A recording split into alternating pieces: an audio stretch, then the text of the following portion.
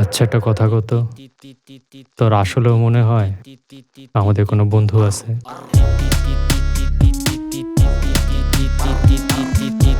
এই রাজনীতির বাজারে ইনফরমেশনটা ইম্পর্টেন্ট, সোর্স না। বাইক না থাকলে রাজনীতি কেমনে করব? টাকা পয়সা নিয়ে খুব ঝামেলায় পড়ছি ভাই।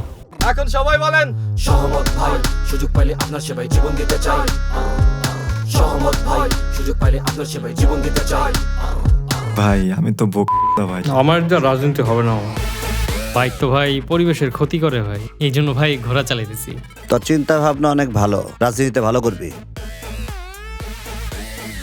রবীন্দ্রনাথ ঠাকুর বলেছেন, তোমার হলো শুরু, আমার হলো সারা।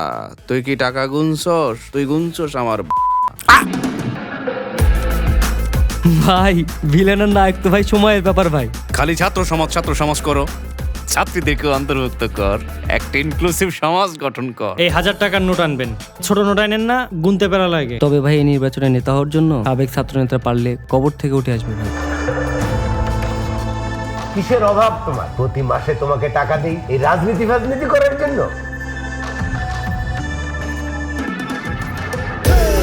এইটা রাজনীতির ময়দান, আড়ালে বসে কাঠি দাঁড়াইতাছে শয়তান। এইটা রাজনীতির ময়দান, আড়ালে বসে কাঠি দাঁড়াইতাছে শয়তান। এইটা রাজনীতির ময়দান, বলাবাজি কইরা হাতে ঘুষাইতাছে বিদ্যান। বিচির সাথে পাথর ঝুলাইয়া বুড়িগঙ্গায় ভাসাই দেবো।